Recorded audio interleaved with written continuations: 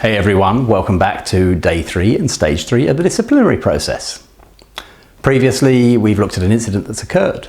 We've looked at potentially suspending colleagues to discharge a situation and to create some space around it. And today we're going to look at the setup of the hearing process and the appointment of an appropriate investigating officer. So, first things first, who should be your investigating officer?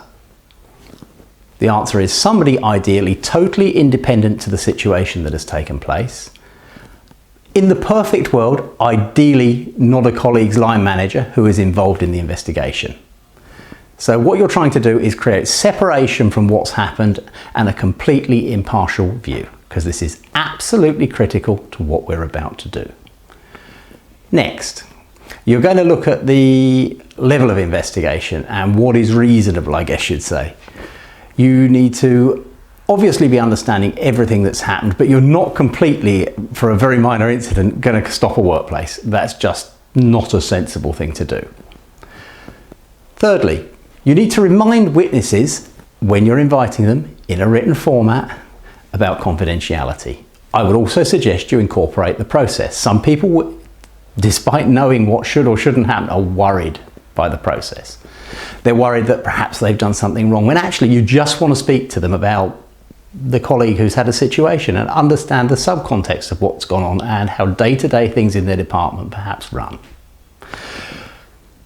Employees, when they attend a disciplinary hearing, are allowed to bring a companion.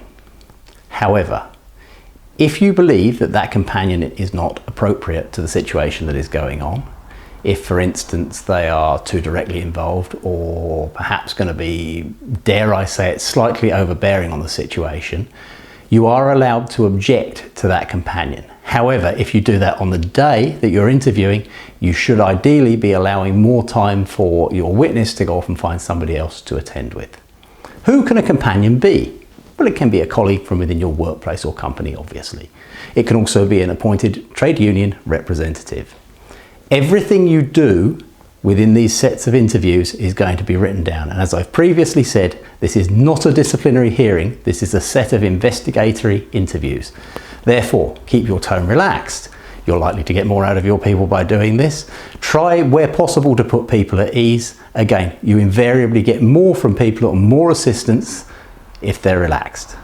You need to take care not to breach the trust, again, or confidentiality of who you are speaking to. It's a very, very, very fine line. When I'm wrapping up on investigatory interviews, what I tend to do is to lay out the route map or the path that we're now going to follow. I normally also cover off what's happened beforehand and tell people what to expect. Normally people in this situation are nervous, and you don't get the best from nervous or upset people anywhere at any time. It requires a lot of thinking about. It requires a delicate pair of hands to handle what's going on, and it does really require a level of compassion.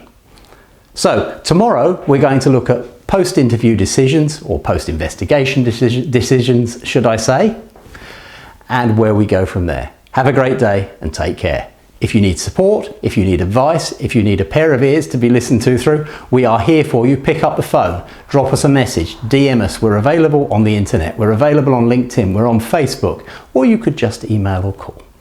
Take care. See you soon.